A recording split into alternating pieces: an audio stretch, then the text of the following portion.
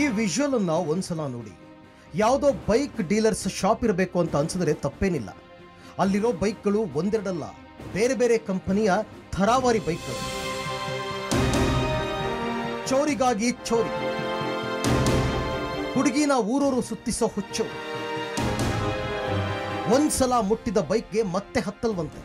ಹೌದು, ಈ ಸಾಲು ಸಾಲು ಬೈಕ್ಗಳ ಹಿಂದಿನ ಸೂತ್ರಧಾರ ಪಾಗಲ್ ಪ್ರೇಮಿ ಕಾರ್ತಿಕ್. ಇವನಿಗೆ ಒಬ್ಳು ಲವರ್ ಇದ್ದಾಳೆ.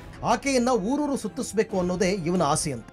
ಕಾಸಿಗೆ ತಕ್ಕಂತೆ ಕಜ್ಜಾಯ ತಿನ್ನೋ ಬದಲು ಇವನು ಇಳಿದಿದ್ದು ಕಳ್ಳತನಕ್ಕೆ. ಹೃದಯ ಕದ್ದ ಚೋರಿಗಾಗಿ ಚೋರಾಗ್ಬಿಟ್ಟ ಈ ಹುಚ್ಚು ಹುಡುಗ.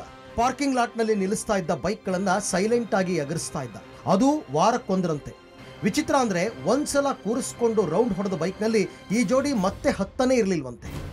ಆಗ್ನೇಯ ವಿಭಾಗದ ಪ್ರಮುಖ ಪೊಲೀಸ್ ಠಾಣೆಗಳಲ್ಲಿ ಕಳ್ತನ ಮಾಡಿದಂತಹ ಅಂದರೆ ಬೈಕ್ ಕಳ್ತನ ಮಾಡ್ತದಂತಹ ಆರೋಪಿ ಕಾರ್ತಿಕ್ ಎಂಬಾತನನ್ನು ಹಿಡಿದು ಆತನಿಂದ ಒಟ್ಟು 8 ಬೈಕ್ನ ವಶಪಡಿಸ್ಕೊಂಡಿದ್ದಾರೆ.